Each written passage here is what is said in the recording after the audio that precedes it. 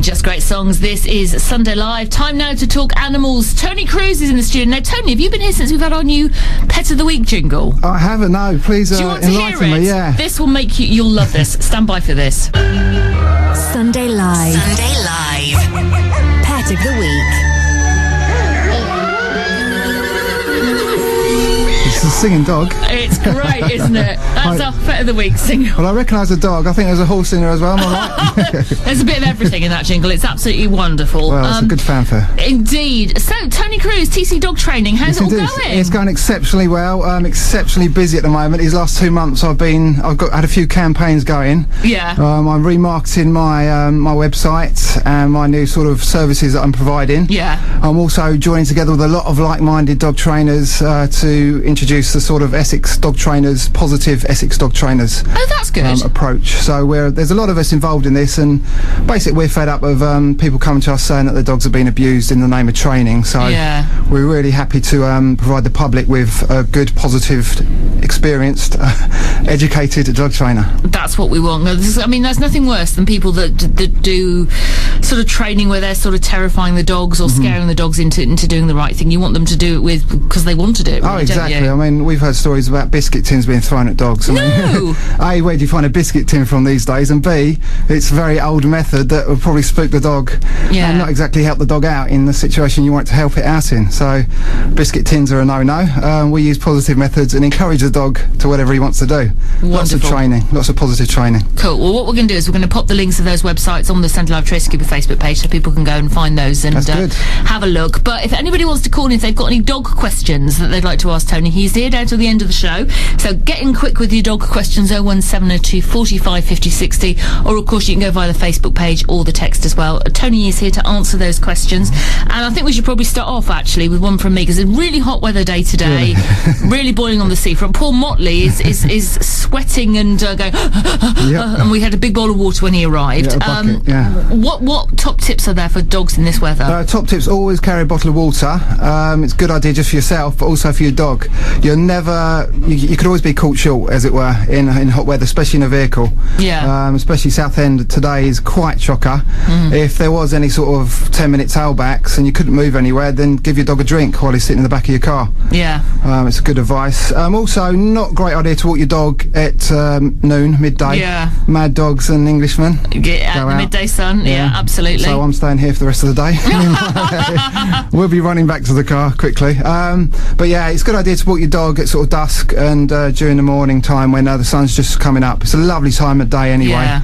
The poor dogs, imagine wearing a fur coat in this weather. I don't have to say any more. Don't need to say any more. Excellent. Right, let's have a little bit of music now. If you've got any questions, give us a shout and Tony will answer them for you. I don't want no fly guy. Shy guy. We've got Tony Cruse from TC Dog Training in the studio with Motley the dog. Woof woof. He's not going to woof. He's not going to woof on demand for me. Got some questions coming in, Tony. This one's from Carol in Southwood and Ferrers. She says, my border terrier Archie has separation anxiety. He barks and chews up our shoes when we leave him. What can we do? Okay, separation anxiety is quite a complex issue. True separation anxiety involves the dog really panicking, defecation, urination, chewing up door frames. The dog is actually very, very panicked, and if it was a human, apparently it'll be a human close to suicide. It's that bad. Oh, golly. So first of all, you've got to establish whether it is separation anxiety or boredom. Many of the cases that I got called out to recently have not necessarily been separation anxiety so much as a dog that's bored. So leave your dog for 5 hours on its own. They're social animals anyway, and if they've got nothing to do on their own, they will find other things to do. They'll employ themselves to do something. And chewing shoes, was it chewing shoes up and that sort of thing? Chewing shoes. Yeah, that's a way to deal with a little bit of stress, and it's also something for the dog to do. So obviously it's not appropriate. So what I would suggest is leaving the dog with something really yummy like a Kong filled with a little bit of peanut butter and maybe some of the dog's dinner, and he can then divert his attention. Archie can divert his attention to that. Chewing produces endorphins. It actually has a calming effect, so that's why he's chewing the shoes. So first of all, you want to establish if it is really separation anxiety or just boredom. If it's just boredom, give him a little job to do, and you know, that's the best method I could advise. I will get someone around, a professional around, just to establish whether it's one or the other. Yeah. But true separation anxiety usually involves the dog, you know, urinating and you coming back to a big old mess, and a dog that's almost, sometimes they pant so much that the saliva produces a pool on the floor. Oh, blimey. And that's how bad it can get. So there's a big difference between separation anxiety and boredom. Find out the difference, and then if it's separation anxiety, get a professional in. If it's boredom, try and think of something your dog can be doing when you're not around. Okay, brilliant stuff. Got another one here from Julie in Basildon.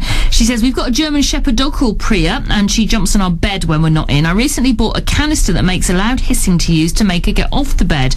She's now tinkling on the bed. Why does she do this? Oh, that's a good question. First of all, why is the dog getting on the bed? If you leave the bedroom door open, there's a good chance your dog will get on the bed. Yeah. First solution to that is the old joke, shut the bedroom door. Secondly, the method to stop the dog jumping on the bed is probably not the best. These sort of canisters produce a loud hissing noise. I certainly know from my experience German Shepherds can be a little bit nervy. Yeah. German Shepherd on the bed, relaxing, suddenly a canister blows in his face, blows this hissing sound into his face, or the female's face, the bitch's face. She's not going to be too happy, she's going to be nervous. Yeah. So possibly the next time she gets on there and she hears a front door go or the door's open, she's going to panic. She may even urinate then. Yeah. You see what's happened? She's had such a panic attack, she's urinated on the bed. So the first method is prevention. Secondly, you can actually train a good off the bed, or produce a little bed of her own that's floor level, a really comfy bed. Why would she want to get on your bed if her bed's just as comfy? Yeah, you can go get in her bed.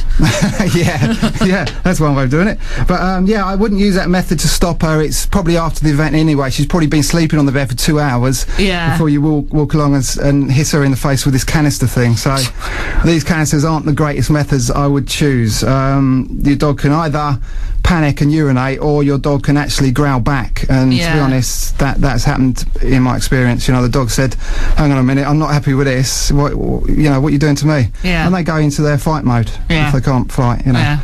So, okay, brilliant stuff. Tony, thank you. Let's have some music now from Jason Donovan. Jason Donovan on Sunday Live. We've got Tony Cruse here from TC Dog Training. So loads going on for you at the moment. It's exceptionally busy, as I said. 2 new ventures. First one is a group of like-minded dog trainers, and we've been set up to help the general public really select a positive trainer. You can go to the website. It's essexdogtrainers.co.uk. That's essexdogtrainers.co.uk if you're looking for a positive dog trainer.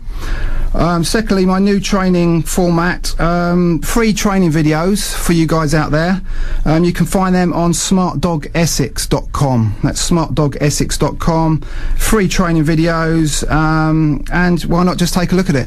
Brilliant stuff. Tony, as always, thank you very much for coming. And sorry we couldn't fit anybody's questions in, but you know what it's like, everybody's got doggy questions. It's a pleasure. They want to ask. Brilliant stuff. Enjoy the rest of the day. And that is it for Sunday Live for this week.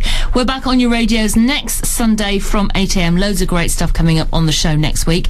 Tracy Young is here after the news with Pure 80s. 4 hours of Pure 80s. Enjoy the sunshine the rest of your Sunday, and I'll see you soon. Sunday